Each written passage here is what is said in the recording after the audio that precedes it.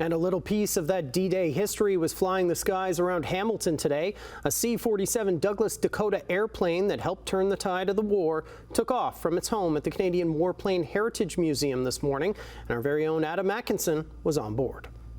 Temperature 21, 15, 2955, set on the right and set on the left. This is a 1943 C-47 Douglas Dakota. This is a picture of the same plane during the Second World War. This exact plane participated 80 years ago in a moment that turned the tide of the war around. Mike Tabone is a volunteer at the Canadian Warplane Heritage Museum and knows just about everything about this plane. On the 5th of June at 11:20 p.m., this aircraft took off with a flight crew of 4 people and between 18 and 22 paratroopers on a mission called Operation Tonga, and their role was to prepare the Normandy Beaches. This one in particular was preparing Gold Beach for the invasion that was going to take place later that day. All right, there it is. Billy Bishop, I'll activate that. Trying to imagine what it would have been like in there. I guess it would have been dark when they were flying.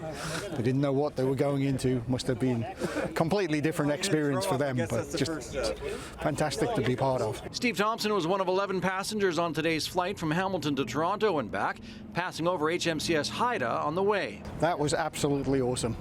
A great experience in itself, but very emotional, just thinking about, you know, the soldiers or aircrew that would have been on there in D-Day itself, and just kind of trying to reflect on that. Just awesome, emotional, overwhelming at the moment. Mary Lunison's father was a big gunner during the Second World War. He was on her mind during this hour-long flight. It was fantastic. I did it in honor of my father, James Leonard Martin, who was in the Army in World War II, and in honor of all the servicemen who were there throughout this operation.